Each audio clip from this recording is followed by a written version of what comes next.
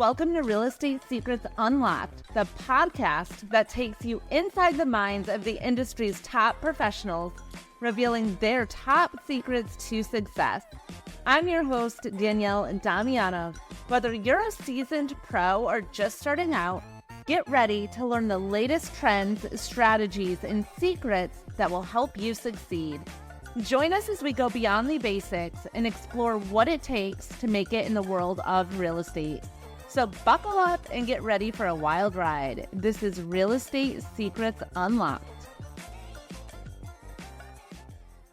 Hey everybody, it's Danielle Damianov with Real Estate Secrets Unlocked, and I am so excited today. I have Kimbrough Miller here. She is with the #1 team in Mesa County, Colorado, the Kimbrough team at Remax.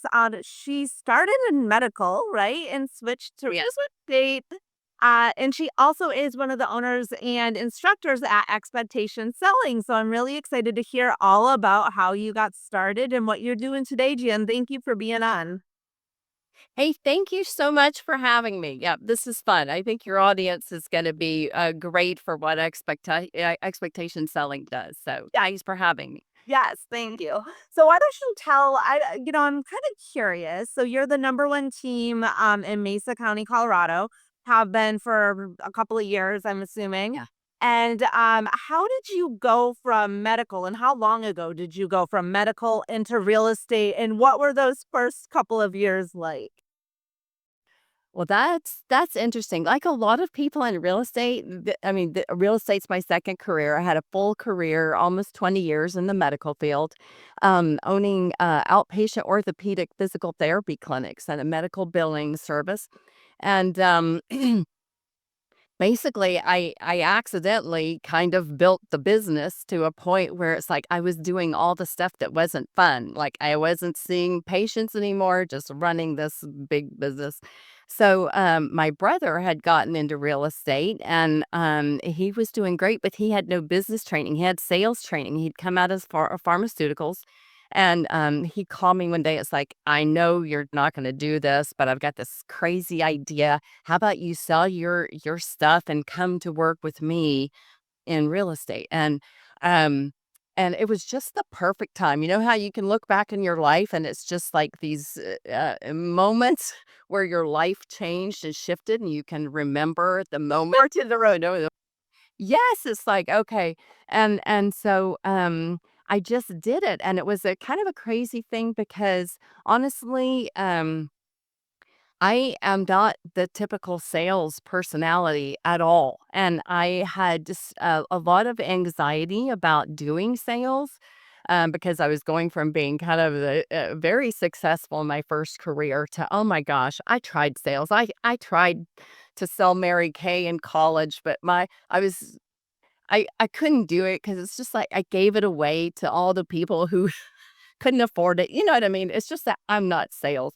So I'm very anxious about it, but it was a perfect time in my life to make a shift. And so I went to work with my brother. And the crazy thing is, and this is kind of part of what is the foundation of expectation selling, really excelling and being super successful in sales has nothing to do with and doesn't is not dependent on being that typical stereotypical sales personality where you go to these conferences and they're saying, get your clients out on the back patio and talk about, can you picture yourself, drinking your wine and looking at this view? It's like I would never do that. But you know what I mean? And that's what I pictured sales being. But all of my skills that I had gotten in the medical field really translated well, and they translate to any kind of environment, whether any kind of sales, they translate well. You don't have to be that sales personality, a stereotypical thing. So Exactly. that's kind of what happened. It's funny what you said in the beginning is you said, I built my business, my medical business, and found myself doing all of the things that I don't like doing, right? Yeah. It's so a lot of people, even in real estate, what they do is they get into real estate, they're so excited, they can't wait, and then they build that business. and they do all of the things. They have all of the things that they're doing that are not the things that they enjoy doing. So what are some of the different and I kind of want to get into that in a little bit, but not yet. So you get into real estate, right? And I think the hardest thing in real estate is finding the leads, finding the clients. There's so many agents out there. They get the clients and they know what to do. They know how to show the homes. They know the contracts. They know how to list property, but the lead generation part is the part that they struggle with. And unfortunately, that's the most important part, right? Because you need the client. So, what were some of the things as a non-salesy person does to start generating leads and generating clients in the beginning? So that's also really interesting because in all of the years, so our team, although it's small, we have 5 agents, 3 assistants. Um, we are in the top 50 to 100 every year for Remax teams worldwide. I mean, so we do a huge volume of business in a very small market. Our market's maybe 150,000 with a median home sale of, 400,000. So, so it's a small market. So we never have purchase leads like Zillow or any of those kinds of things because the mindset there for us was us being my brother and I was always that's just trying to buy more leads. And it's like, okay, how do we do top-notch job with the ones that we have. So then our business grows organically. It is people telling people. It is definitely asking for business. When you're out and about, it's like my brother was much more aggressive than me because he had the sales training. It's like, I mean, there wasn't any place he went where he didn't say, "Do you know anybody who's buying or selling a home? Because, I would love to speak with them or meet with them." So, but a lot of it took off really quick when you provide a quality of service that is, very different from your competitors, that word of mouth travels very, very quickly. And that was a comfortable way for me to grow because I wasn't that go cold call, knock on doors. I mean, although we did some neighborhood farming and some mailers and that kind of thing, we never, bought leads or anything. It was really just trying to deliver something very different from any of our competitors and growing it really organically through genuine relationships and delivering service that was it was literally unmatched. So Hey, real quick, if you're enjoying this podcast, make sure to subscribe to my YouTube channel, Real Estate Secrets Unlock, and hit that notification bell so you never miss a new episode. And by the way, if you're a mortgage or real estate professional looking to level up your business, check out the Done by One CRM. It's at donebyone.ai. It has tons of tools that will help you automate your business, automate your systems, your lead generation, your lead follow up, social media, email marketing, and it will allow you to close deals faster. If you are ready to take your career to the next level, join my team. We are looking for real estate agents, mortgage professionals, and real estate agents that want to be mortgage professionals. We're all about support, growth, and crushing it together. The links are in the description. Check them out now and let's grow together. Yeah, and I think that's the difference between having a model of like a churn and burn type of model where, if you're just cold calling or door knocking, you're kind of looking for that one sale where you're taking the approach of, referral marketing and really building those deep relationships with people over an extended period of time, right? So what are some of the systems that you had to put in place or that you use to kind of get your business starting in the beginning, and then what are some of the systems, because obviously it's evolved, that you're using now? so So really all of expectation selling is about systems. And that was part of how you deliver something that is genuinely different from competitors is you do have systems, you do have plans, you are able to effectively communicate those plans. And And so actually, my brother was so funny. My brother had 0 systems. He was the sales guy. And I came in, it's like, oh my gosh, this is going to kill me. You know what I mean? No, we have to have he had no contact management, you know what I mean? We did. We just put in a lot of systems, and let me just clarify because I want to go back because the relationships that we have. I mean, I don't go to coffee with people. This sounds crazy. It's totally contradictory to a lot of the coaching stuff that you hear and see. I should do better about it, but I honestly I just haven't had to, and so busy. I don't have coffee and lunch with all these past clients and it's like I may not hear from them for 6 years, but I'm the first one they call, and that's what I need. I don't need to have coffee all the time or whatever. So it wasn't those kinds of systems, but it was like very clear communication systems, very clear setting expectations up front so that, where people get disgruntled um are unhappy, it's when what they expect does not match up with what they're getting.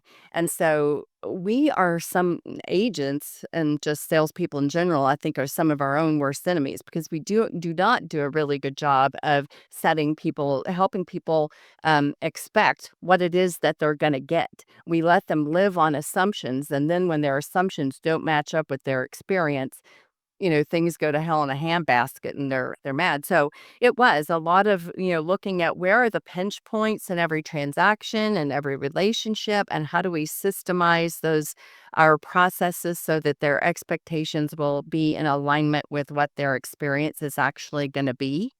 And then making that very dependable so that every client, or if they come back to us again and again, they know what to expect. It's exactly the same as it was before, and it's unlike anybody else's. I don't know if that answered your question. Yeah. Well, and I think communication is huge. I mean, having the communication with the client, asking questions, question-based selling is yes, the things, that I teach a lot and talk a lot about because clients, like a lot of agents come into the business and they don't take the time to really figure out what it is that the clients are looking to do. Totally, totally, and it is a strategic approach. So you may have seen in my bio, my husband was a marriage and family therapist, and so it's like that I got a lot of that from osmosis over the years. It is about learning to be on their agenda, not going in with a bunch of assumptions yourself about what they need or what they want or what's best for them. It is just taking the time and then reinforcing for them, "Okay, I understand what you need. I know how to get there. We're gonna have these obstacles, but that's okay, I've got you. We're gonna get there." Then they trust you to lead them through the process instead of being reactive, and that's what I feel like a lot of agents, see all those memes about how it is to go on vacation with realtors and, they're on their phone in the middle of the Caribbean or whatever.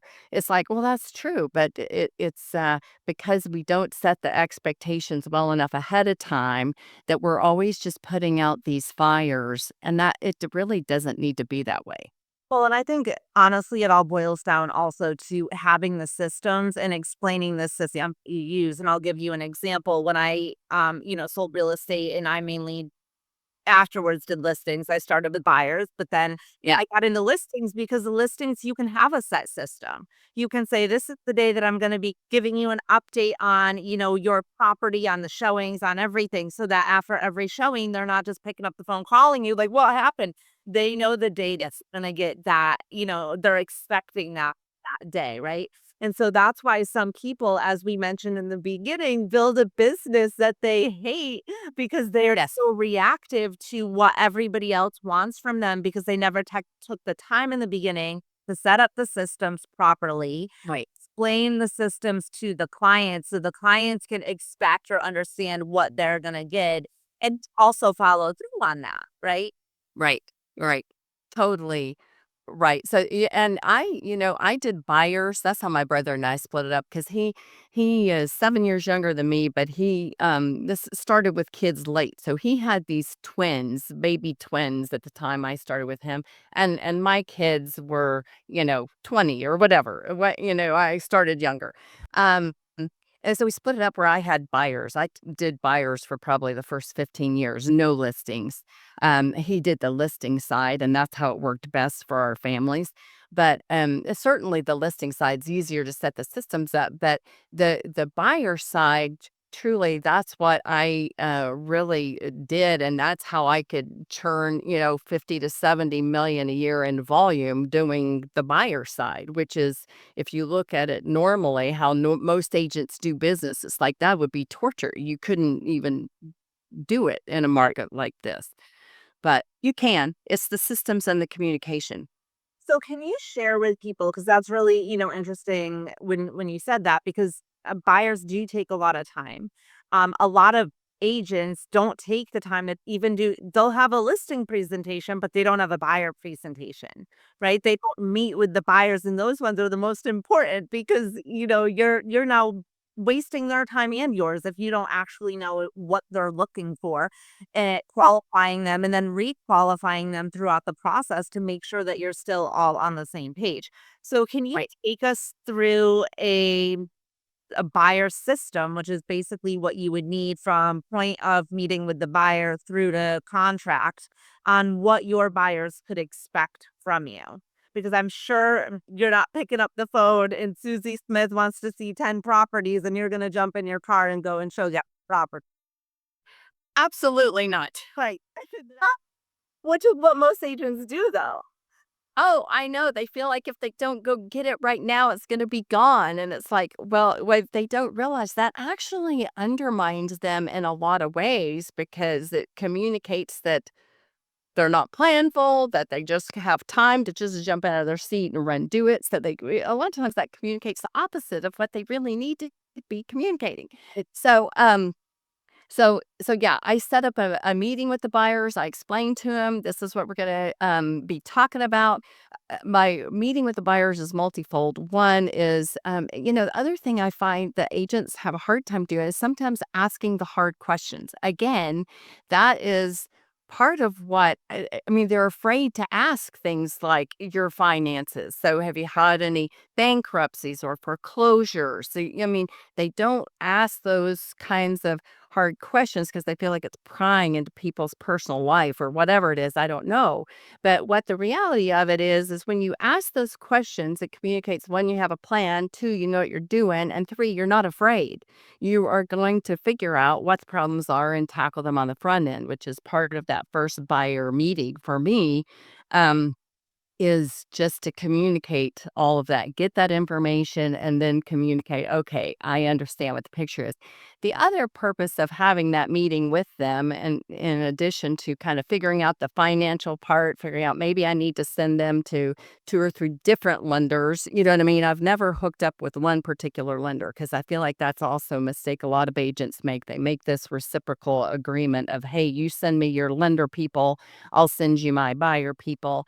But, my approach has always been, I'm gonna figure out what the client needs, I'm gonna send to the people who are the best for that because they're not always the same. Absolutely.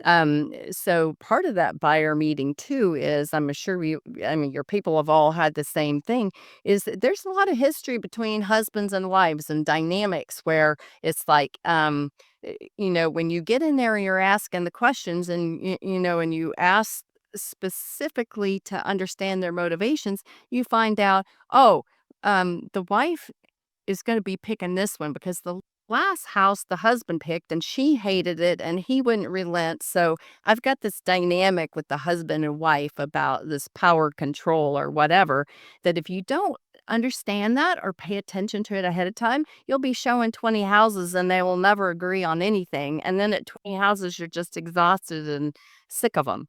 And you know what I mean? Because there's this dynamic you never tackled or understood to begin with. So I do that meeting to kind of ferret out all that stuff and to lay out the plan for them, just like so that they understand, here's how it's going to be. We're going to get you pre-qualified. We're going to work backwards from what your budget is. That's the budget is the most important thing. And I literally set out a plan. I know I'm talking a lot. I'm really sorry. You can. You're not. You're doing good. This is what people want to hear, because the thing is that buyers get into this business and a lot of them do not have the money for coaching, and they don't have broker support. And so they're winging it. And that's what this podcast is all about, helping them understand, right? Like, what is the process that you go through? So this is awesome. Yes. Okay, good. So so getting through all of that on the front end with my end goal is that I walk out of that meeting, I've established rapport with them, I've communicated to them in a way that they are confident that I know how to get them where they want to go. I know what the obstacles are. I know how we're going to overcome them. And so then they trust me when I say, "Hey, these are the 3 lenders I want you to speak with, and here's why." Or, "This is how we're gonna be looking for houses, and here's why, because of these criteria you have." Um, and so my goal is that, 1, they have confidence in me. 2, I understand what the obstacles are and can proactively, uh, proactively solve the problems, so we're not putting out fires, and then they go with me on the plan instead of having it be like, "Hey, I get a phone call because, Aunt Susie saw a house in their neighborhood they think, we should look at, and by golly, they've gotta run out right now and go look at it." Now they just text me and say, "Hey, Aunt Susie said there's a house in her neighborhood. Do you think that works for us? Whatever you think is fine." Because they trust me. They know I've taken the time to pay attention to them. So then it's much more of a surgical search rather than them just crawling all over Zillow and listen to everybody at work telling them what they need to go look at. So so it is surgical. It does take a little bit of time on the front end, but it saves so much time on the back end. And then I have some techniques that are in our expectation selling program that keep you from having to show those 30 houses. It's like sometimes I do a thing called a mystery tour.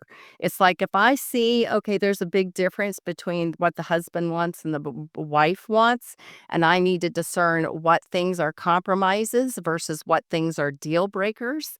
Um, I do a mystery tour where I pick the houses out. I don't tell them what we're going to see. We're going to see 4 houses, and I very specifically pick them so that we can have the conversation on site about, he says he wants acreage, but she's like, "No." It's like, okay, how are we going to what are deal breakers versus compromises? And we can have the conversations at the house, but I don't tell them what houses I'm going to show them ahead of time because I don't want them to drive by. I don't want them to look at them on Zillow and say, "Oh, I hate that house," or whatever. And it starts Um, getting preconceived, yes, in their mind, like, I already don't like, instead of giving it a chance. Yeah, it's the same thing too, and just making there's some real specific techniques for communicating because a lot of times the husband and wife they think they want the same thing, but they really don't. And so then unless you have a technique for getting to the heart of it, you can't tease that information out. So one of the most simple things I've found is, I'll tell them, "Hey, this sounds crazy, but after every house, after we leave, so there's no recording going on, I'm going to ask you both. What is this house? 0 to 10 scale. 0 is you wouldn't live in it for the last house in town, and 10 is it's your dream house. We're probably not going to find a 10. That's okay. But I'm just going to ask you to go with your gut. And that's what we do. So after the house, if one says, "Oh, that's a 9," and the other one says it's a 4, well, I can have that discussion. What makes it a 4 to you? Why is it a 9 to you? Do you know what I mean? And then they realize I had no idea that my spouse wanted that. Do you know what I mean? So, so in expectation selling, we teach a lot of little techniques to help kind of expedite that process. Because if some agent tells me, "Oh my gosh, I've been working so hard for these people, I've shown them 30 houses," I'm like, "Oh my gosh, yes, you've been working way too hard. You so need expectation selling because that should never be, you Right. know." So tell us about expectation selling. What exactly is it? Is it a coaching program? Is it an online? What is it? So basically, it's an online course that myself, my brother, and actually an agent that used to work for us and moved away, a young guy, I don't know, maybe he's 30 years old. I'm I'm I'm gonna guess how old he is. Um, but we put it together because this young agent, after moving away and working with different brokerages, came back and said, "You know what? You guys do things so different.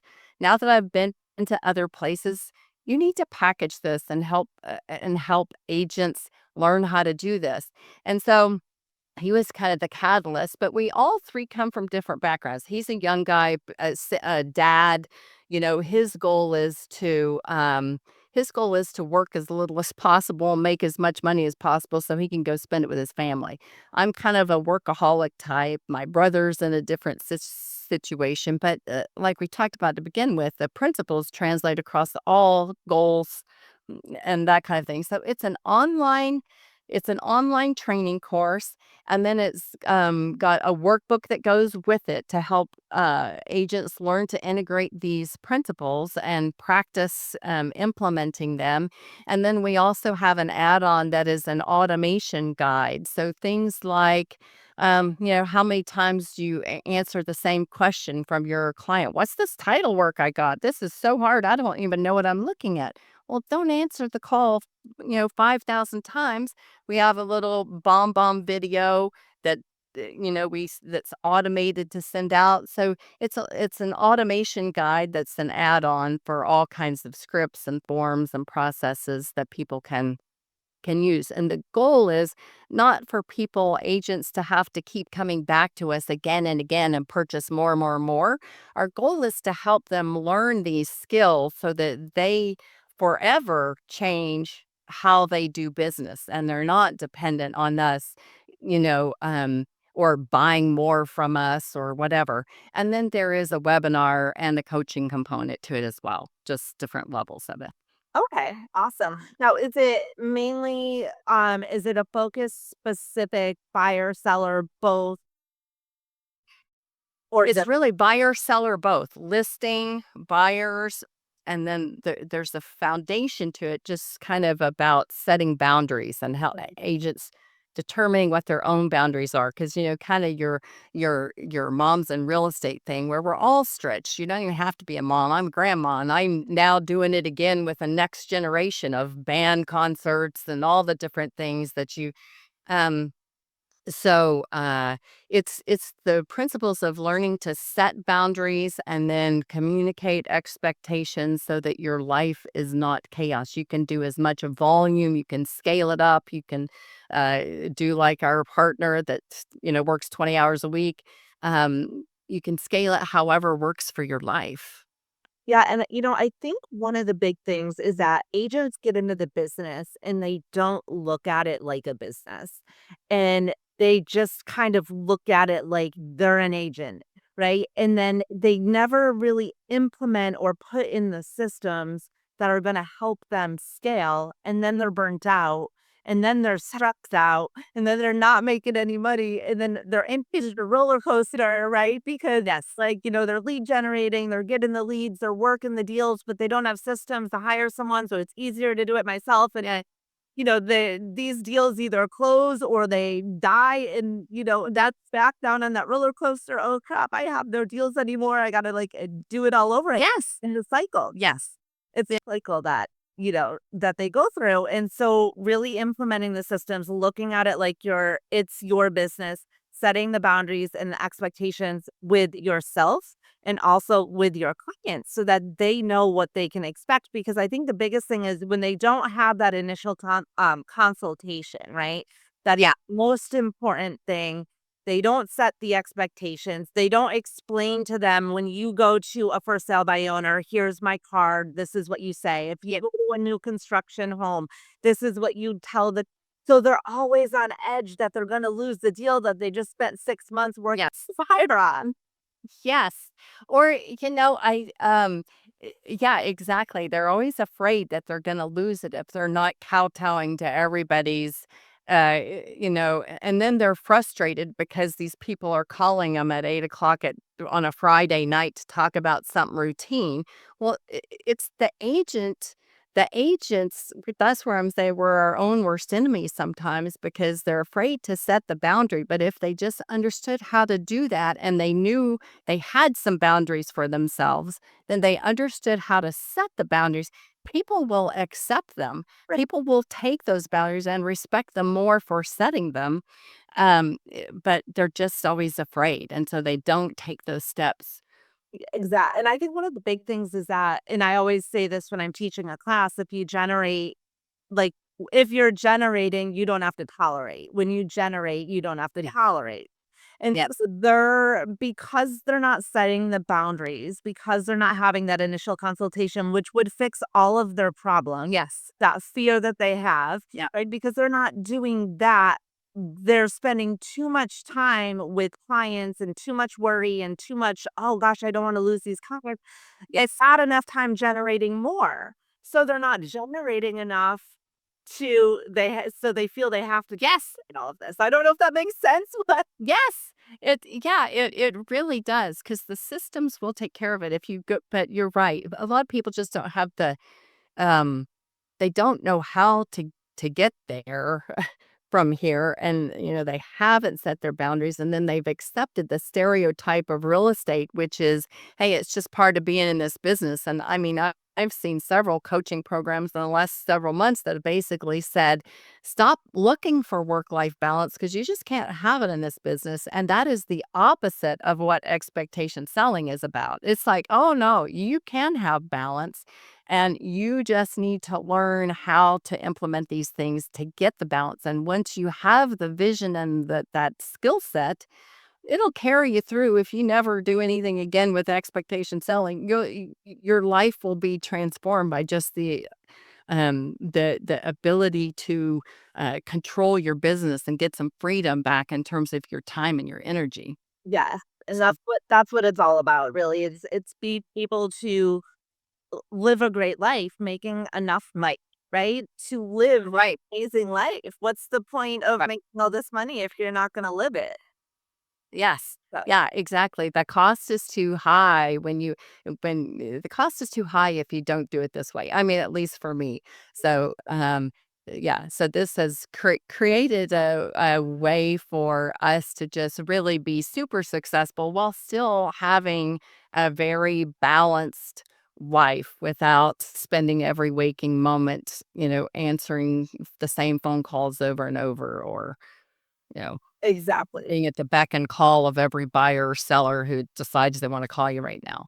Yes. Yeah, I mean, it's definitely I'm excited for you because it's definitely needed, and, there's not a lot of coaching programs out there. I mean, I was Mike Ferry for 10 years, which I love. I've learned a lot from I understood.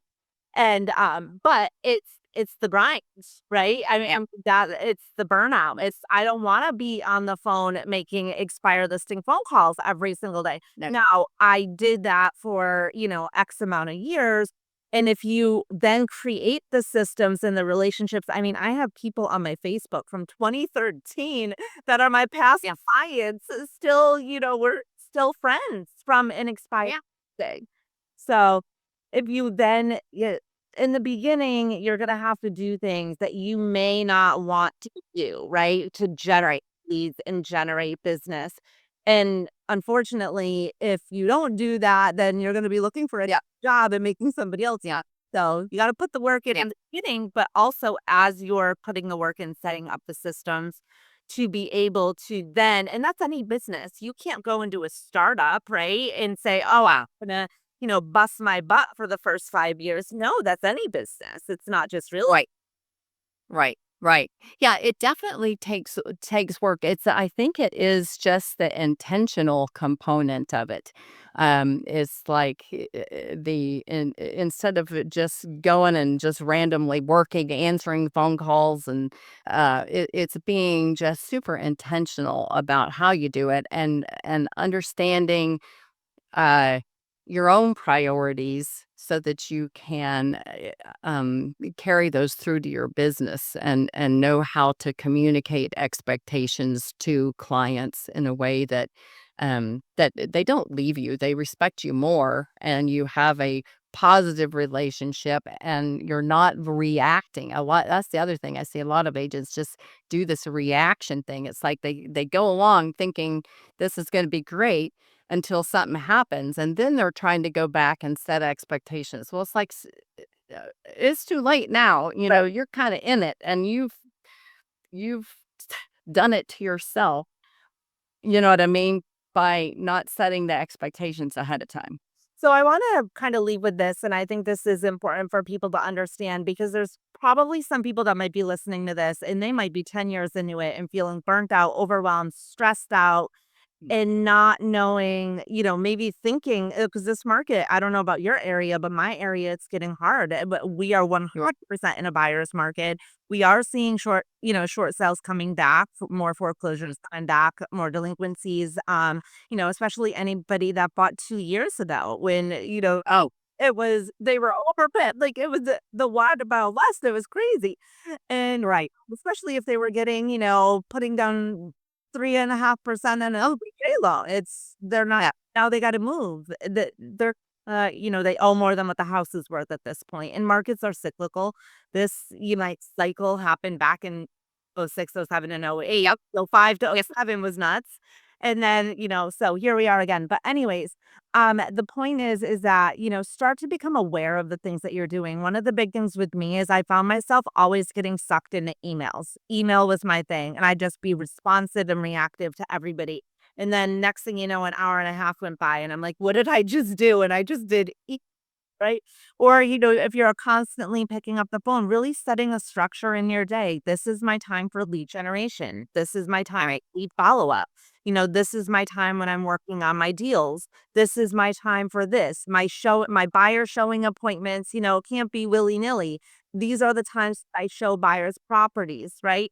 So really coming up with a system, and I think expectation selling is amazing. So anybody that is looking to, implement these strategies into their business, I will make sure that we have a link so that they can check it out.